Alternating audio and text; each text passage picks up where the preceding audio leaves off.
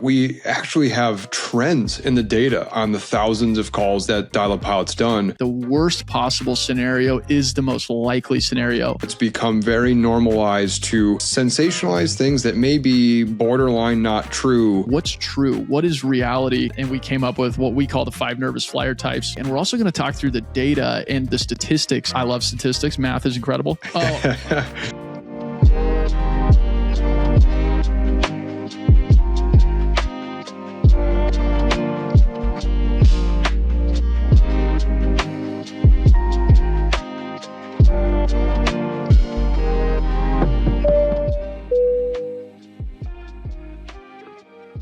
All right, folks, welcome back to the From the Flight Deck podcast. Captain Kyle Kokal here. Don't think I've ever introduced myself as captain. That was kind of cool. And Christian Smith. Christian, how's it going? It's great. Glad to be back. Love doing these podcasts. Excited to roll out another one. I was actually going to call you Captain Kyle today if you didn't. So glad you broke the ice on that one. Yeah, it feels a little funny, I have to admit. But, sometimes you just got to do it. It's fresh still. Actually, I was talking to my first officer today, and she asked when I upgraded, and I told her it was a year ago in March. Kind of crazy. Yeah. Coming up on 500 hours in the left seat, which has been awesome. I've loved every second of it, but I just can't believe that it's already been a year. It happens quick. Yeah. Happens fast. Any good trips lately? What have you been up to? Okay. President's Day, yesterday, shout out George Washington, first nation's president. What happened with that was there's a weather system moving through really the entire west side of the country, all the way up to like Spokane, Washington, and all the way down to where I'm at. And when that goes on, the airlines tend to get slowed down, delays happen, cancellations, they have to reroute people. And so what they'll do is they'll put trips that get broken apart into what's called like open time, open flying. And so a trip popped in to go to Spokane. It left late at night on Sunday, had all day on Monday in Spokane, Washington, and then came back first thing Tuesday, which is today, back into San Francisco. And so I jumped on that trip. My father-in-law lives up in Idaho near Spokane. So I ended up flying in there, called him. So what are you doing tomorrow? He said, I'm playing golf in a golf simulator for 4 hours. And I said, well, I'll be there. So I grabbed a rental car and drove over to Idaho and hung out with him, and we had a great time. Nice. That's awesome. What'd you guys do? Well, northern Michigan. So Kyle and I live on other sides of the country, for those that don't know that. So I'm a native Michigander. We both went to college in North Dakota. That's how we crossed paths and met. But Kyle, born and raised in California, back on that side of the country. I'm born and raised in Michigan. I'm back over here with our families respectively. So a little bit different climate than you're probably, tolerating at this time of the year in California. So northern Michigan, it's been a cold one. For any of those in the Midwest, up in the north, it's been a really cold winter. And so a lot of the flying that I do is very seasonally based. So I haven't been doing a ton of flying these last couple of months for that reason, but it'll pick back up here in about a month. So we revert back to our northern tendencies, things like snowmobiling, do a lot of snowmobiling with friends and family, currently building a racing go-kart, a fleet of them with my business partners, which is interesting.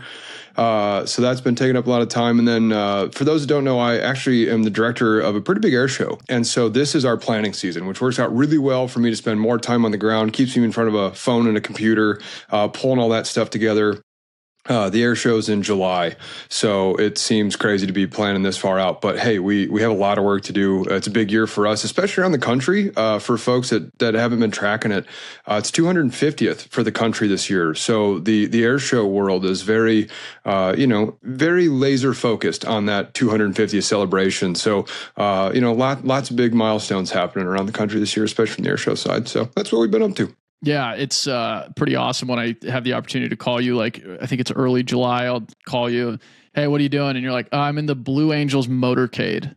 Like, oh, all right. Should I call you later? No, it's a good time. Like, okay. It's unbelievable. Yeah. That's awesome. Okay, well, today we are going to talk about our 5 nervous flyer types. And Christian, this all originated from a trip that you were actually out here in California, and we were looking through all of the data behind, all the one-on-one calls we've done. We've done thousands of them at this point, and we do an intake form whenever we have a call with somebody. And so we were looking at what everybody says in those intake forms and just getting an idea of, how they came into being a nervous flyer. And then of course I've done, hundreds of these one-on-one calls myself in addition to the pilot team. And we started to identify, hey, there's a very specific route that people follow when they have the symptoms of being a nervous flyer. And this usually isn't something that has been existent your whole life. There is one nervous flyer type that we did identify. It can be a lifelong kind of disposition, if you will, that creates that nervous flyer type of mentality. But the other 4 we identified were very unique cases that people found their way into the nervous flyer world through. So when you were out here, we identified that and we came up with what we call the 5 nervous flyer types. We now have a quiz that we actually publish for folks too, that when they're trying to learn more about their fear of flying and learn how to overcome that fear of flying and find different tools, they can take our quiz. And so we're going to talk through those 5 types today. And we're also going to talk through the data and tell you the statistics of how many of our clients are each specific type, the different impacts that people have reported via their quiz results. It's really, really fascinating. So Christian, anything else you want to add on kind of the intro to the nervous flyer types? Yeah, it's got to be one of my favorite parts of the Dial-Up Pilot business and what we've learned. I feel like it's just a culmination of so many conversations with people, whether it be one-on-ones from the community. It's just a ton of data in one location. And I think years back when the business started, it was like, will this be helping people? Is it prevalent? Is there a lot of people that are out there that need this sort of assistance? And then we flash forward years later, not only the answer to all those questions has become yes, but we actually have trends in the data on the thousands of calls that Dial-Up Pilot's done. And so this is just a really exciting and cool way to bring all of that together to actually identify those common types as you've talked about and discussed. So let's look into those individually, talk about what those look like, and then look at some of those data points about each of the individual flyer types. Absolutely. So we'll actually run this via the results that we get back from folks on the most prevalent nervous flyer types that we have. So I'm just going to run from the most common down to the least common. And that's going to start us off with our first nervous flyer type, which is what we call the control seeker. The control seeker is really effectively exactly what it sounds like. It's somebody that wants to have control, that somebody that does not like giving up control anytime that they go, whether it's on an airplane, whether they're on a boat, in a car, anything like that. So you may be the control seeker if you are the one that always wants to drive to every event. You don't like it when somebody else wants to drive. You may be a very serious planner. You have to have a plan. There's got to be a backup to the plan. There's got to be a backup to the backup. Somebody that really doesn't like to give away that control. There's another kind of similar part of this that we've also heard from our folks, and we put this all into this one category called the control seeker, and that is somebody who doesn't trust an individual that they haven't met in order to relinquish control to them. And that's really what our understanding of where these folks come into their fear of flying from is, you're getting on an airplane, and when you get on that boarding gate and you get on the aircraft and you make your right turn, you never have an opportunity to turn left and actually talk to the flight deck, talk to the pilots, these 2 individuals, 3 individuals, 4 individuals, depending on the length of the flight, that you are now relinquishing in control of your life, your spouse, your kids, whoever it may be. These people who you have never met before are now responsible for your safety for the next 2, 5, 10, 15 hours, whatever it may be. And so if you have a really, really hard time doing that, you may be the control seeker. Statistics, our data shows that 27% of our nervous flyer clients are the control seeker type. So that's our number one type there, Christian. Yeah, I can see that, right? So you step on board an aircraft, they're flying hundreds of miles an hour, and you're in the back where you're kind of stuck between this big door, which is there for intentional design, obviously, and for good reason. And you don't know these individuals. So not only can I actually see how that happens, if I were to have to place myself personally into a bucket of one of the 5 nervous flyer types, this is where I would be. Especially as someone who's used to being in the front of an airplane, there's a lot of times that I end up in the back of it. And I'm used to seeing out the front of the window. I see all the data that comes from flight instruments, all the air traffic control communication. So I myself find that this creeps into my life every once in a great while. But like you had said, not just airplanes, sometimes it's other travel mediums in which we don't get control over either. So very relatable for most people, I'd imagine. And as the data shows, it's our most popular type. Right. Yeah, it is very interesting to see that. And, I think one of the reasons that we are able to be so impactful for those folks that are control seekers is I have the fortunate experience of having flown with a task to be thousands of pilots at this point in my career. I think I have something like 7,000 flight hours, both, in first officer seat and in the captain seat. And so I've flown with these professionals on numerous occasions. And what's amazing is when you get on the airplane, even if you've never met each other before, you immediately speak the same language. And I'm not talking English or even our, the air traffic control lingo that we use, but we have a very specific set of systems and call outs and shared language that we use that allows us to operate together in a very safe and effective manner from the second that we meet each other. And so having been able to see the systems that have been put in place to allow two strangers to go and operate an aircraft at 500 miles an hour with, in the case of the Boeing 777-300, one of the largest airliners we fly in the United States, 364 passengers behind you, families, whoever it may be.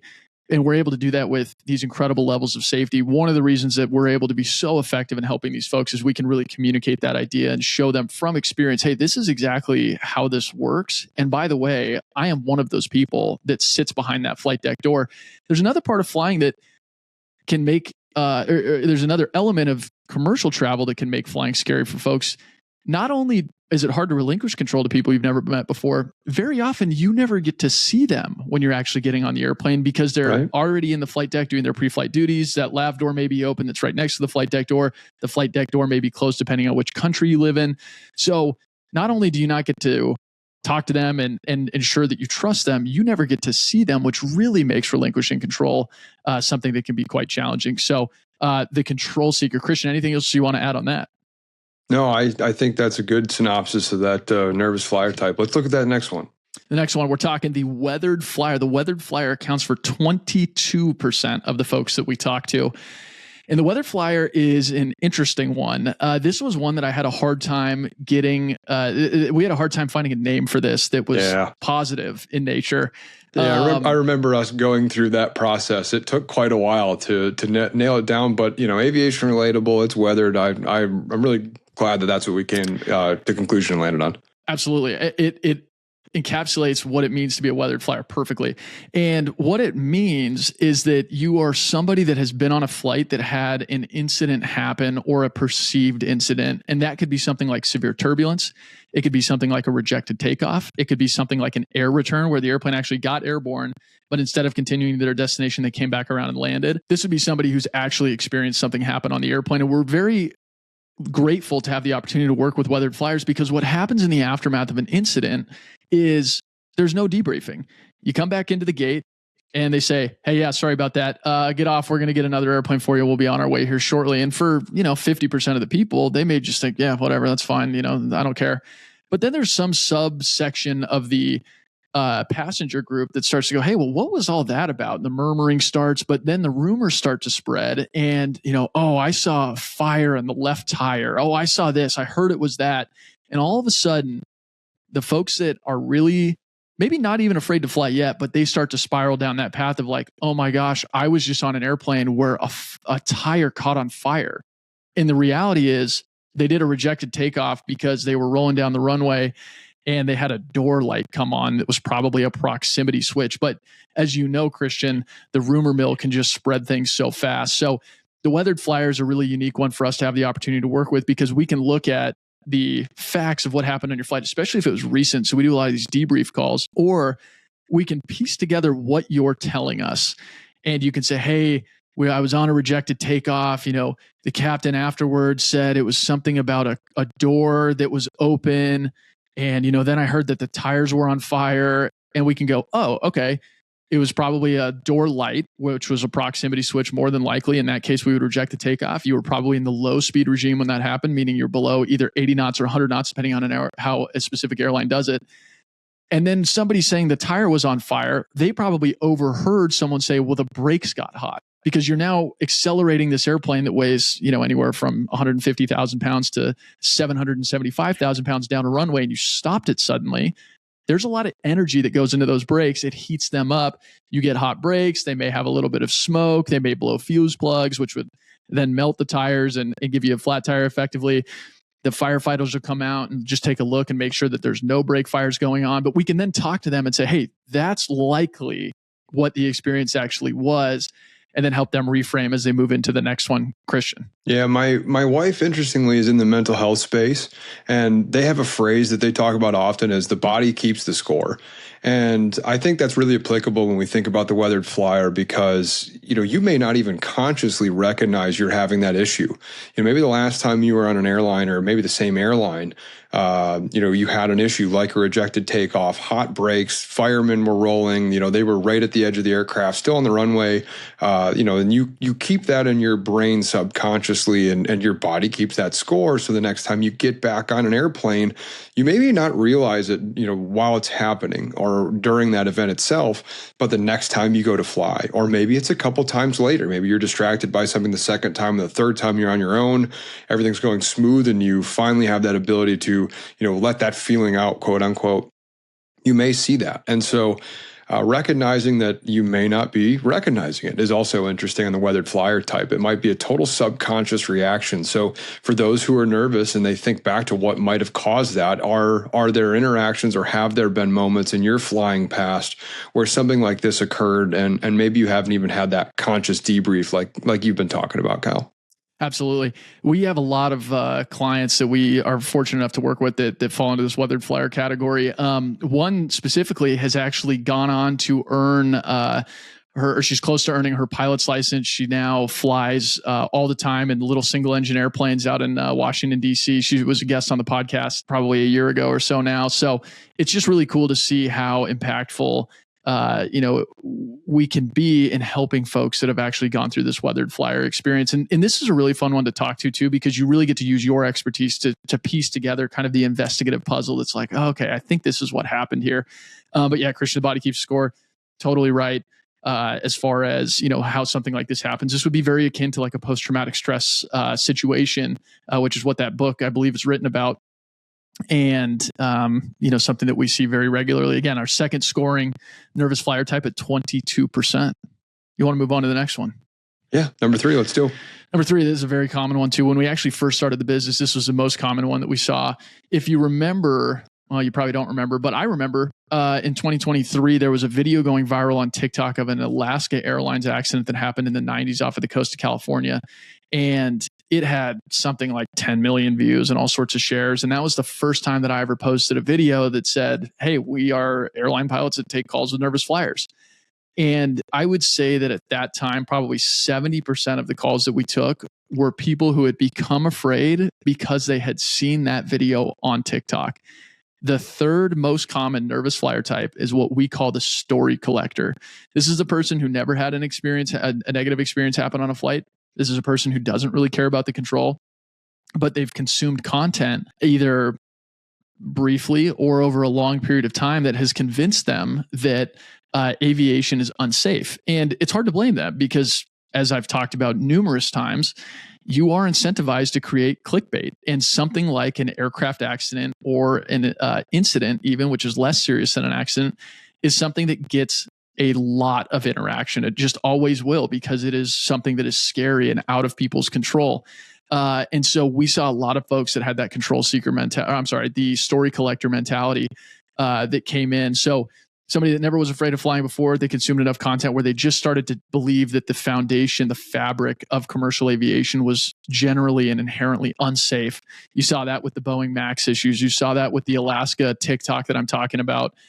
Any of these incidents, we get a lot of influx of the story collector types who just need to hear, hey, what's actually going on in aviation? What's true? What is reality versus what is rumor? Christian. Absolutely. And if I were to proclaim my personal crusade or vendetta on solving any one of these 5, man, this would be mine. The story collector, not because of, or not to the fault of our flyers, of our passengers and the customers of Dial-Up Pilot, but for, I'm going to call it the machine that is, in, especially in the United States, but globally, It's all incentivized through money and revenue generation. That all happens from clicks and shares.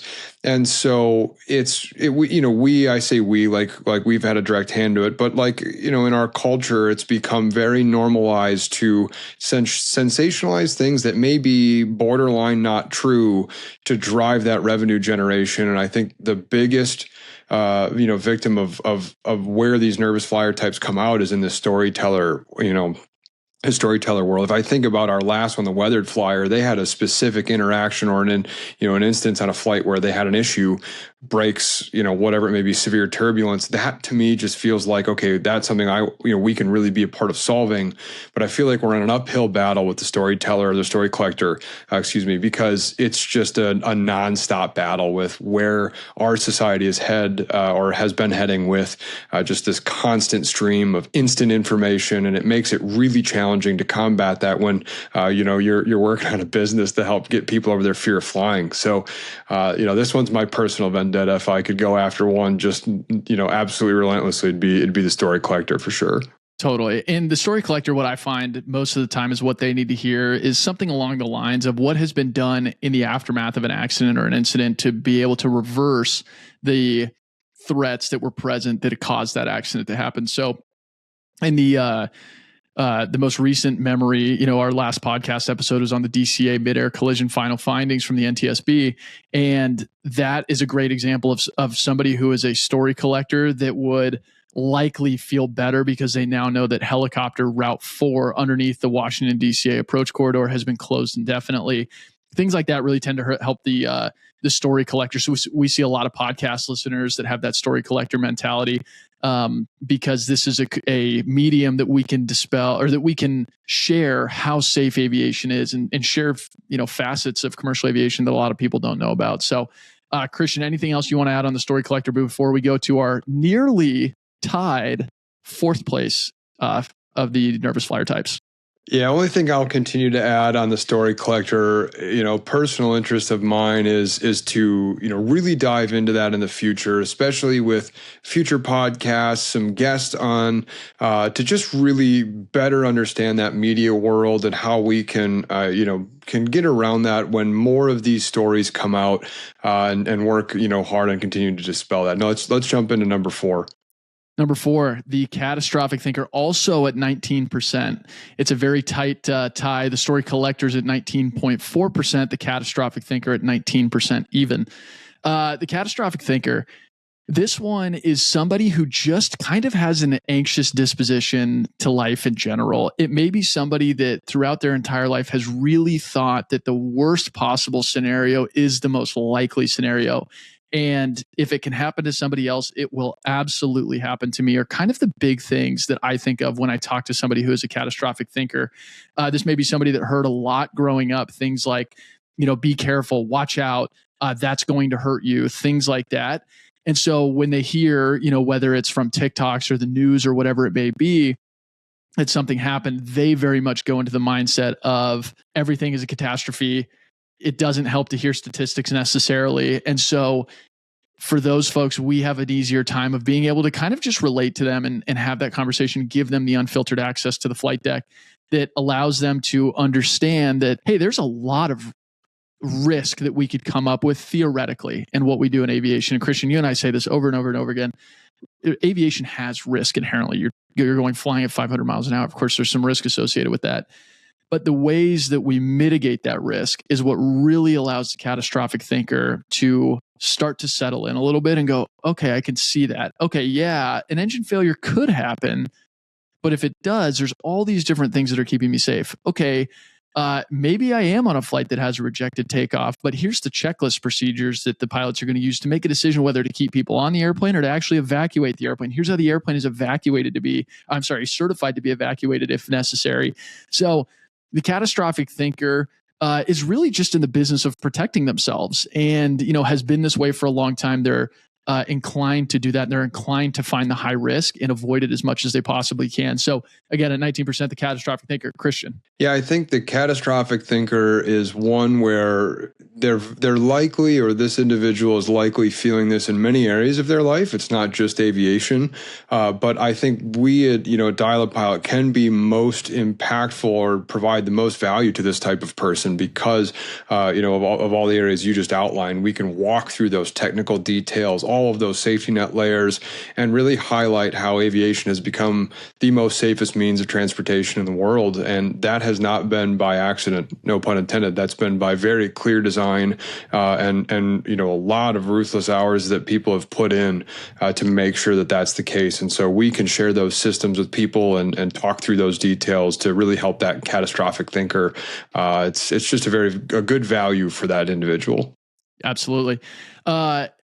Finally, moving into the fifth and the smallest group of folks, which actually surprised me a little bit because this is one that I think is a very common thread, but it may not be the primary causal factor, to use the NTSB's terms, in why somebody becomes afraid of flying. But you ready to introduce the last one at 12% of our Nervous Flyer group? Yeah, so this one has to do with those who have had kids. Now, I have to proclaim on my own here, I have not had kids yet, so I have not been able to venture into this flyer type, but I can absolutely see how having children can really create that nervous tendency for people, because now you're not only protecting yourself, you have maybe 1, 2, 3+ individuals in your life that you have to care for.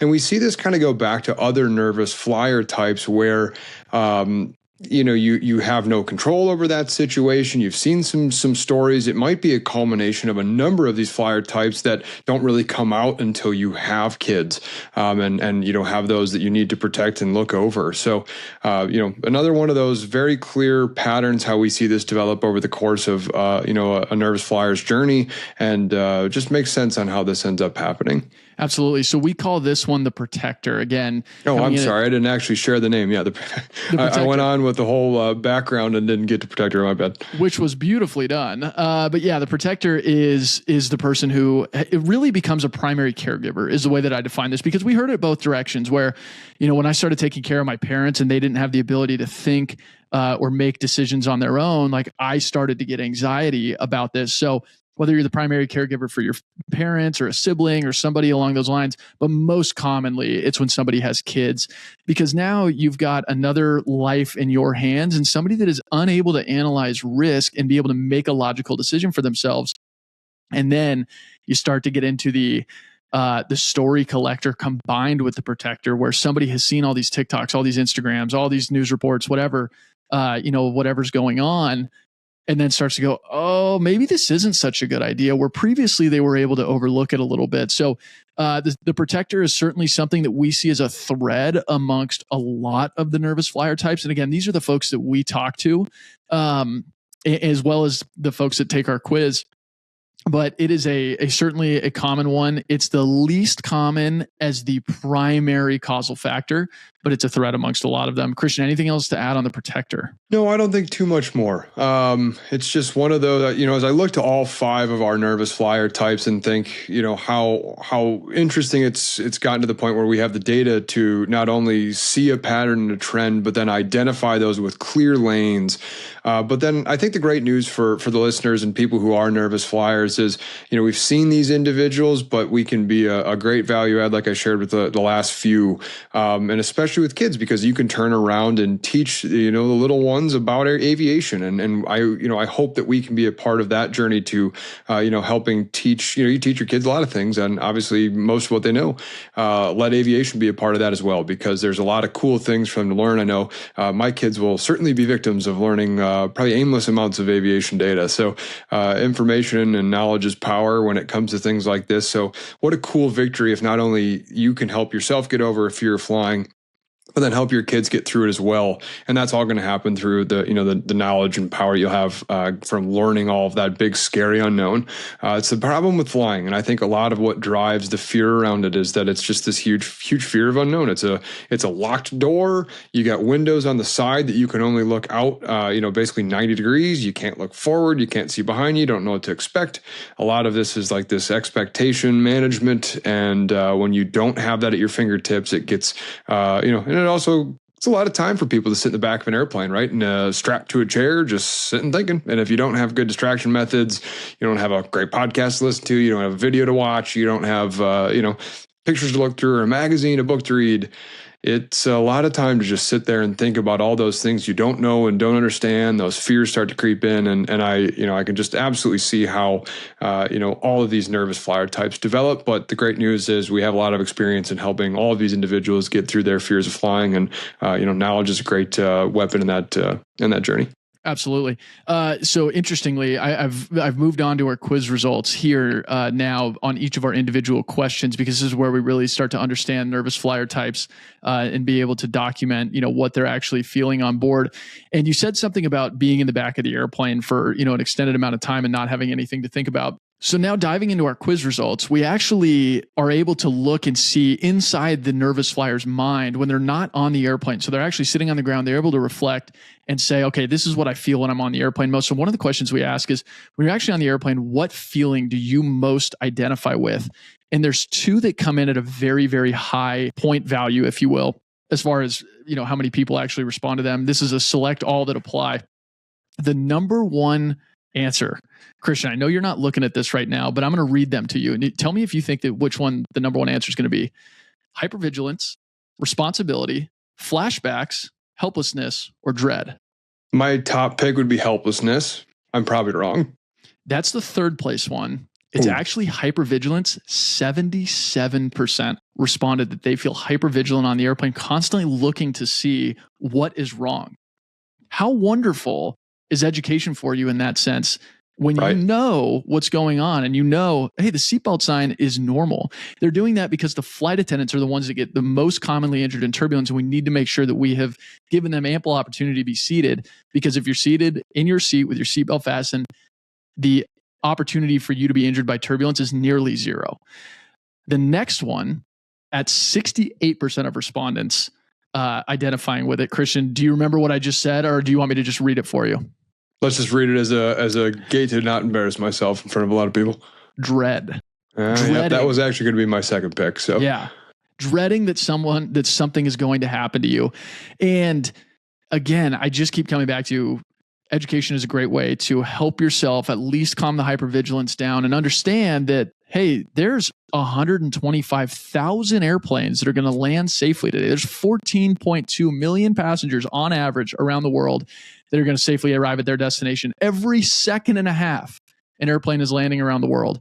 And so understanding that the sheer scale of aviation is what it is can really help you cut down on the dread piece of that, which I think is wonderful to be able to have that. And then, of course, it becomes so important to have the tools that you use when you're feeling those to not only face everything with education. Of course, we're going to always say, oh, education. It's the business that we are in, is to helping people understand.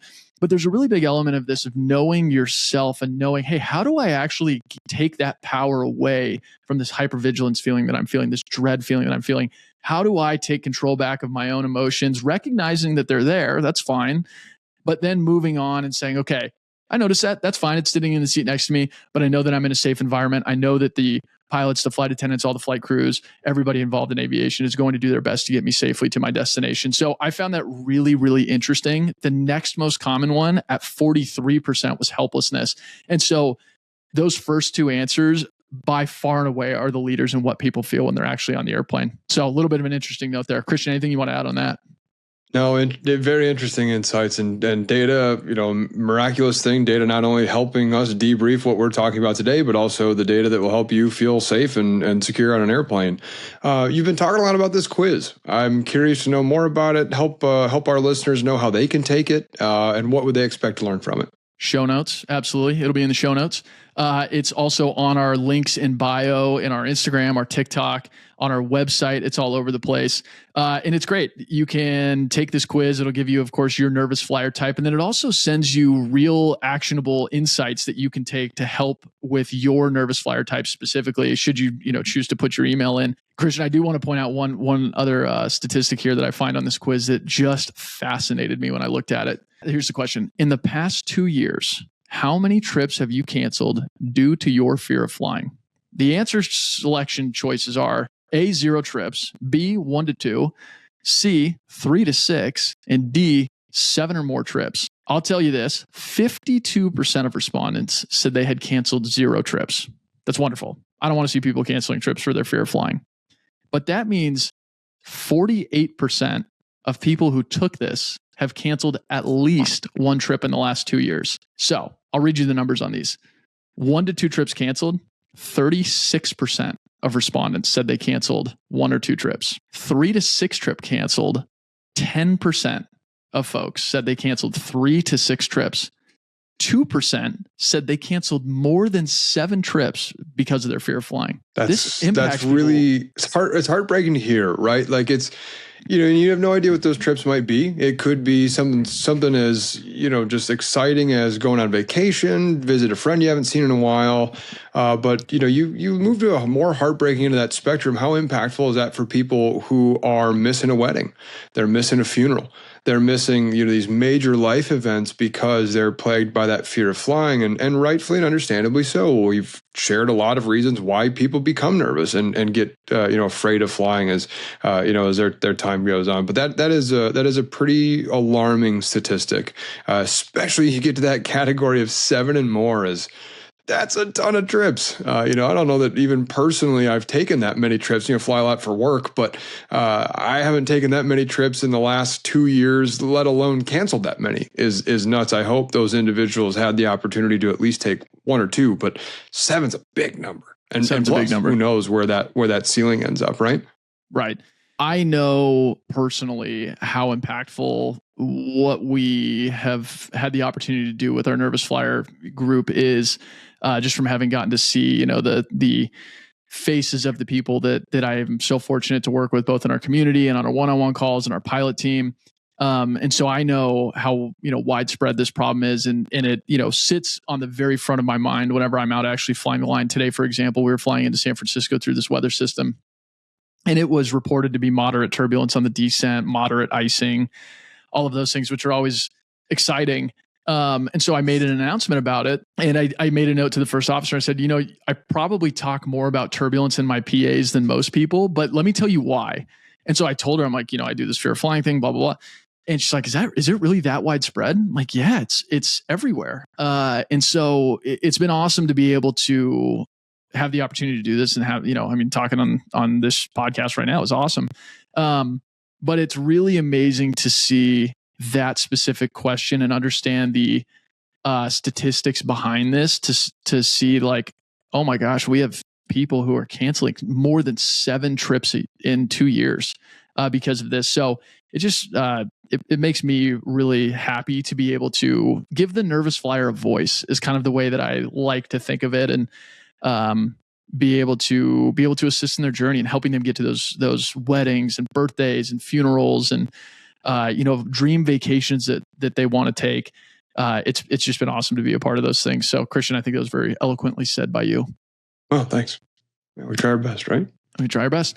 That's about all I have on the Nervous Flyer types. Is there anything else that you want to add? Of course, we just talked about how to find this. Again, it'll be in the show notes below. Anything else you want to add on these Nervous Flyer types, Christian? No, I'll be eager to see over the time ahead, though, how this changes and evolves, to see if there's a 6th that pops up, or maybe we refine or blend. It'll be interesting. This is over a couple of years of data, and we'll see what a couple more years has to show for it. But yeah, give the quiz a try. I've taken it. I've had my friends and family take it and try it out, and it's funny actually for people you think know very well in your life, my wife and, my parents and siblings, it's like, hey, try this quiz out. Oh, that is not exactly what I would have expected you to, get as a result, if they are nervous and fearful of flying. So it is an interesting way to learn more about yourself and those around you. And maybe you aren't a nervous flyer, but you have someone in your life that you travel with often that is. Might be a great way to help them. You don't necessarily need us to do it, but you can also be a part of their knowledge journey from how you can help them, have a more successful flight or a smoother, more comfortable flight. So just an interesting way to learn more about those close and around you. So I've enjoyed taking it, and curious to see what you learn. Absolutely. And one other thing that I'll leave everybody with is there's no nervous flyer type that is better than the other, of course, or worse than the other. Of course, it's just, this is a tool that is designed to help you identify and give a name to a feeling that you may have had, and give yourself somewhere to point the finger to say, oh, this is where that began. And then that way you can start to identify and recognize, what it is that you may be feeling, where this is coming from, and then identify the tools and the tricks that you can have in your repertoire that will allow you to actually stop canceling these trips, or even better, just feel great about getting on the airplane and be able to support other nervous flyers who are inevitably sitting around you, because again, 40% of the US public, 40% of the US public has some level of fear of flying. So a very statistic heavy episode today. I love statistics. Math is incredible. But I am so grateful that we came up with this idea, and that we've had as many people as we have share their information with us in their one-on-one calls and help us understand, hey, how do we help folks that are just like you? And then of course in the quiz too. And I really am happy to see the results that we've seen from being able to help folks that have taken the time to actually take this quiz. So looking forward to see folks take this as well. And with that, we're looking forward to seeing you on the next episode. That's about all I have. Christian, anything you want to leave the folks with? Nothing profound for today, Captain Kyle. It just helps us take one more step in the knowledge is power journey, right? So that's it. All right. We'll talk to you on the next one. All right. See you guys next time. Thanks.